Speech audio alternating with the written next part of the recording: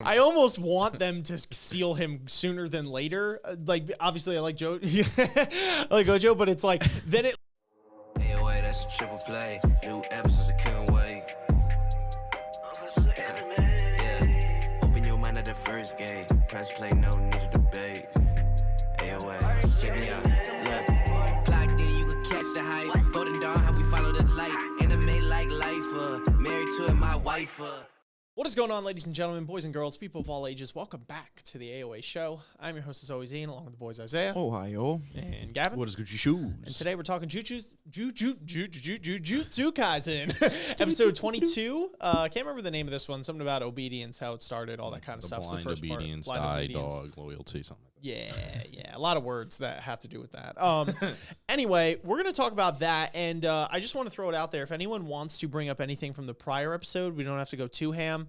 But for anyone who doesn't know, we went on a week-long break the other week, which is why we didn't post a reaction to episode 21 nor a discussion. So if anyone wanted to bring up anything from that, feel free. If not, whatever. But anyway, just wanted to extend that out there. So we'll be continuing from here on out, normal as usual. But that episode was great. So, yeah. So this one, though, was kind of a setup episode. There's really not too much to go over with this one. I'm not going to lie. They kind of Sherlock Holmes, all that crap. And we get to see some of the characters be who they are. Nobara, very confrontational, etc. But we do get a little bit of background on Fuji, and I have a feeling that a lot of this arc is going to centralize around him. I don't know if you guys agree. So really just the episode, if anything, stuck out to you guys, and just kind of predictions and all that kind of stuff. But I'm all ears. Gavin, hit me with something. What do you got? What'd you like in this episode? Do anyone? No. Yeah, it is interesting. And I don't think it's a coincidence that it happens to be Megami's sister that's being honed in on this, because obviously from last episode they were talking about him being almost like a landmine in a sense, with Sukuna and things like that. So now that we know that Mahito made whatever the crap this like weird curse is, it seems almost like they have an idea of who that landmine is, being Megami, and that like this might be a way to target him in some way, shape, or form. Kind of just playing like that 4D chess in the background. So I'm curious, like, what the purpose of this, getting his sister involved and getting, like, obviously bringing Megami to this and that confrontation that's going to happen, like, what is going to develop from Megami that's going to make things game-changing, which is going to be really cool, because we know that he has some latent ability of sorts that is going to really change the game in some way. So, yeah, I can't wait. I'm pumped, and I just hope nobody dies, because then I'm going to kill someone. So yeah. Fair enough. Don't kill anyone. No one could die. I was wondering if it was like all a setup, like they knew they were going to go after the one under the bridge, which I would guess so, because spoiler alert, we got the little snippet from next episode, and it seems like they sent the curse that they made to that exact spot. Yeah. So I'm assuming they're following them in some way, shape, or form, and they're just using this as like the perfect storm. But I don't know. Yeah, because it seemed like Geto was actually not trying to step on the landmine, which would be Fuji, and I don't know if he knows it's him, and if he does know and he's trying to isolate him now, or if this is all like an Itadori thing. You know, Fuji's just kind of caught in the middle of it, and all of a sudden this arc is like a Fuji arc, with the sister and all that kind of stuff. And I'm curious to know, again, what this master plan is. I said this in the live reaction. By the way, go check it out. AoA Reacts, link in the description down below. But yeah, I was curious. I'm like, what's the end goal here besides, I mean, like, they kind of gave us the end goal, right? They were like, isolate Ojo, get Sukuna, but like kind of all the steps, like, if there's anything really in between that I'm missing or whatever. It's just like there's a lot of intricacies going on with this. Like, what steps are they taking? And I guess we just have to watch to find out what they do, right? Because they're going to do it. Yeah, and there's a lot of variables, because now they're throwing in Sukuna's fingers going into other people, and it's like how that is going to affect them and what power are they going to gain from it, and really, like, I guess what kind of control Sukuna has over that itself. Because don't forget, like, Yuji got his powers from eating Sukuna's fingers. So I'm like, if somebody else eats his finger, like, do we have like two Sukunas in the mix? Or if they don't die. Probably not. Yeah, if that's they don't the only die, thing. yeah. Itadori is like lucky in the sense that it didn't just kill him on the spot. So then, yeah, but I guess they just get their raw power at that. Yeah, I don't know if they're going to be able to feed anyone fingers. If it's more, I think, and if you guys have clarification on this, because I was actually a little confused on this part, or anyone in the comments, I was under the assumption that those itty bitty little curses were kind of like Sukuna's fingers in a sense, but like lower grade, right? It was something where it's like, because you can't you can't turn a human into a curse as far as I know, unless you're Mojito and you have that latent ability to be able to do so. And even then, those curses seem like a little bit more lower grade. But it seems like those items are ones that could force a human into a curse, and it's not just any old curse. It's like almost special grade curse that we're talking. So I'm assuming Sukuna's finger is like the absolute pinnacle of an item of that, right? And Itadori's just lucky that it didn't just kill him on the spot. But those ones that they had in jars are like, okay, these are our like 3 little special grades we got, and they just need a host, right? So we're gonna jam it in this dude's mouth. So they didn't feed that guy Sukuna's finger? No, they fed him one of the little. That's why I was like, why would they feed him his finger? Because I don't think you can give Sukuna's finger to somebody that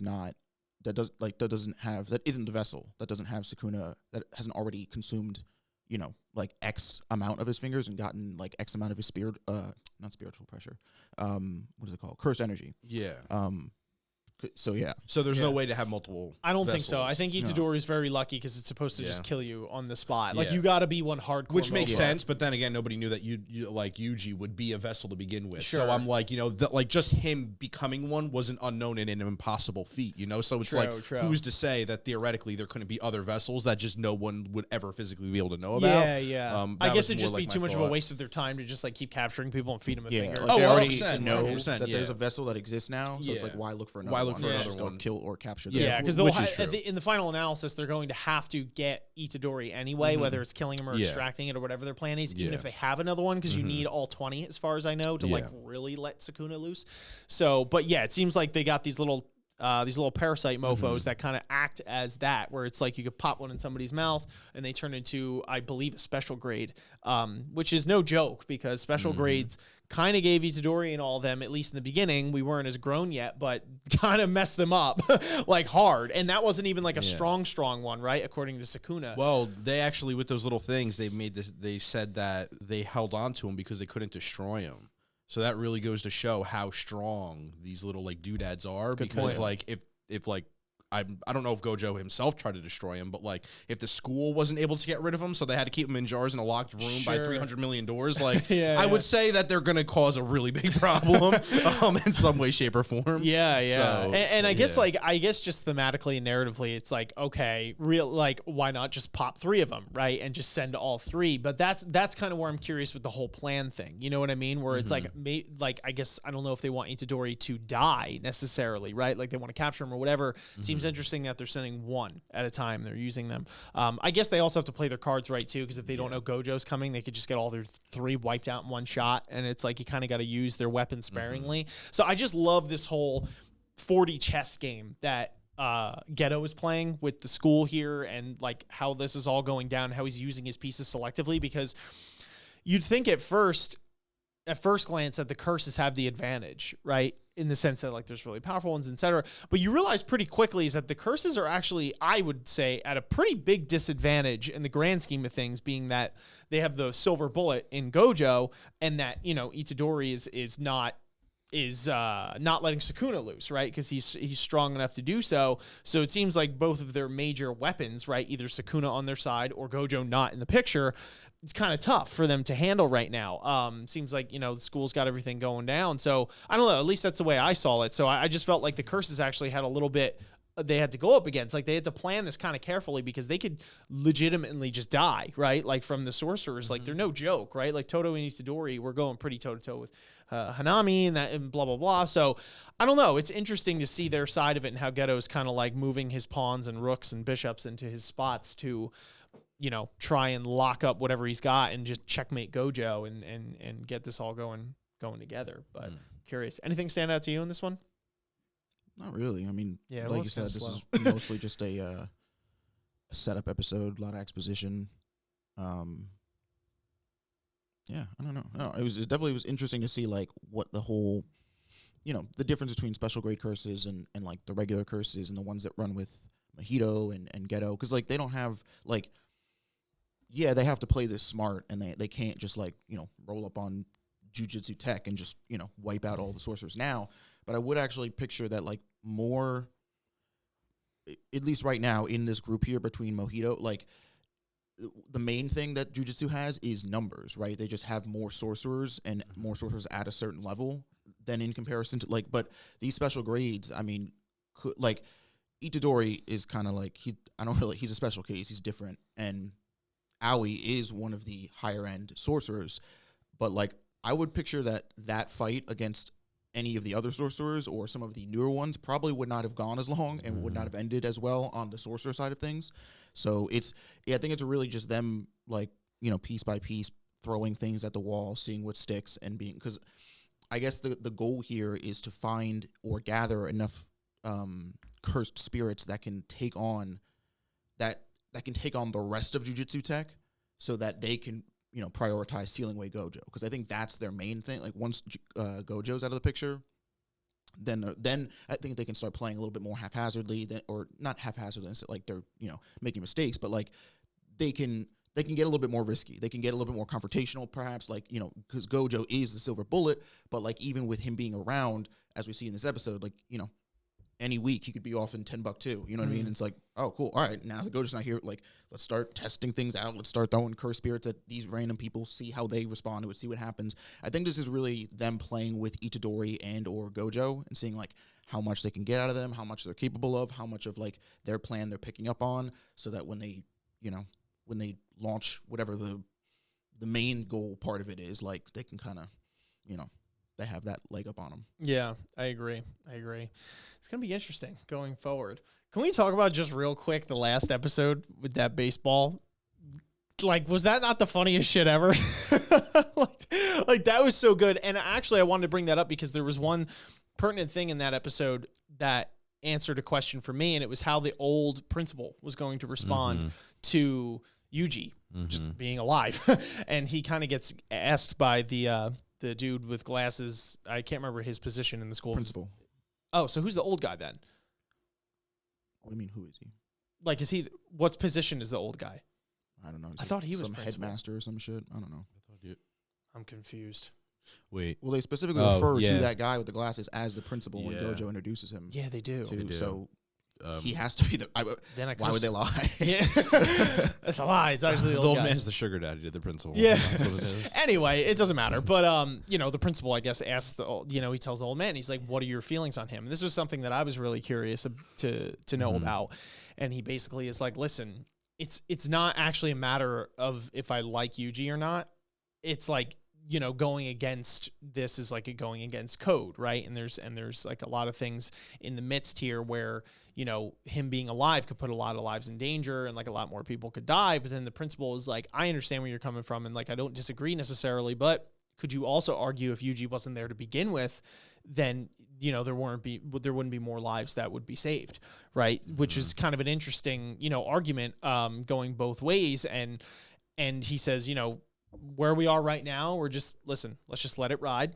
And if anything happens, you know what I mean? Like we're gonna do what we have to do here. So it's interesting, going forward, it just seems like the old man, if he's a principal or not or whatever, is just kind of like locked into this kind of rigid set here. And it's like, I don't fully blame him, you know what I mean, for having the position that he does, but also at the same time, you do have an opportunity here if used correctly to kind of mold Yuji into whatever. So I don't know. I thought that was interesting because I was questioning how the old man was going to respond, and it made more sense and clarified more that it wasn't that it's like, oh, I just don't like Yuji, which kind of makes sense in hindsight.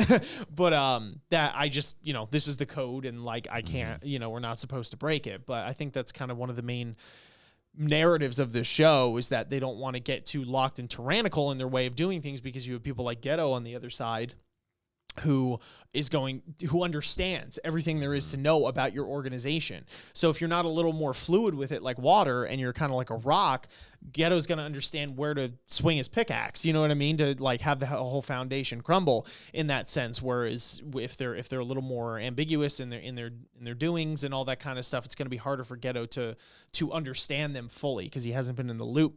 So that's just going to be interesting going forward, but just want to bring that up real quick. If anybody has thoughts on that prior episode, feel free to comment them down below because that was a goodie too. But yeah, there's really not too much to talk about with this episode anymore beyond that. I mean, besides Fuji opening up about his sister, we get a little bit there. He is someone who is, he's got a shield up. He doesn't really talk to people about who he's related to or anything about him for that matter, because he doesn't have to. But, just because I don't know if he has trust issues or whatever, he's just a quiet guy. But it's interesting that he has that sister who is now knocking on death's door, quite literally, with this curse. So they're in a race against the clock here. And I'm wondering if she's going to have anything to do with this story going forward, or if she just doesn't make it, or whatever the case is, because it seemed like Fuji, obviously he cares it's his sister, but I'm curious to see if there's like a backstory on that, and that kind of was the reason that Fuji, became a sorcerer, like what backstory there is to that. It'll be interesting. And where the hell is Gojo, by the way? Because they said he's gone for a week. That's some BS. Gojo, I'm going to need like reports on the desk, like every time you're going out, because it's like, I'm not trying to, micromanage you, dog. Like I get it, but like you kind of are the GOAT. So it's like, God forbid people are dying here. You know what I mean? Probably doesn't give two fucks about reporting where he's going or where he's because he could probably kill most of the people that ask him. So crazy. It's like, I just don't get no timeline, because this man can like Buzz Lightyear wherever he needs to. So if you're telling me like, oh, he's going to take X amount of time, it's like, dog, literally you snap his fingers and he's there. He can fucking fly to Paris and back and like literally before I take a shit. Like it just doesn't make sense. I'm like, you're telling me this man can't snap his fingers and speed things up just a little bit. If he's doing recon work, I get it, whatever. But like, even if he's like doing a stakeout, you're telling me he like literally he could just go somewhere, be like hi, bye, and then like pop in, like he can literally just do whatever he wants. It's amazing. Like, yeah, come on. I almost want them to seal him sooner than later. Like obviously I like Joe, I like Gojo, but it's like then at least it gives in my mind an excuse as to why Gojo's not here. We have to do this ourselves, because it's like Just make sometimes the executive decision. You keep going, Ian. You can keep going. Yeah. I'm kidding. No, because I get, I guess it'll give sort of an excuse to why he's not in the picture and why he can't just like solo dolo everyone. Because it's like that. Because it's like sometimes I have to stop myself from thinking about it too much, because I'm like, okay, obviously I get why he's away for a week, right? Because then it's like, where does the development come with any of these characters? Because he could just one shot everyone.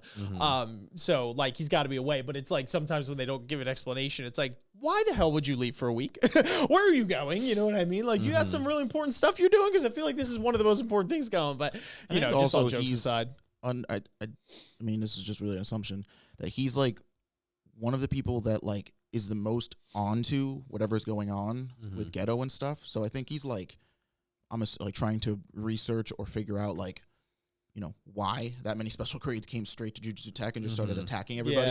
Because like he showed up and asked everybody, but again, he realized that veil was specifically made to keep him out. So like he's probably like, okay, there's some weird shit going on. Clearly, I'm gonna go find out what's going on. And again, he's probably not a fan of the red tape and all that. Like, oh, Gojo, send us a report first. And he's like, fuck you, I'm just gonna go, like, because I can do that. I can fly to, I'm just gonna go figure out what's going on. I'll do my own research, and that's it. You just think they'd give him like a ring, like, hey, Gojo, be here now. And I'm like, just snap, you're there.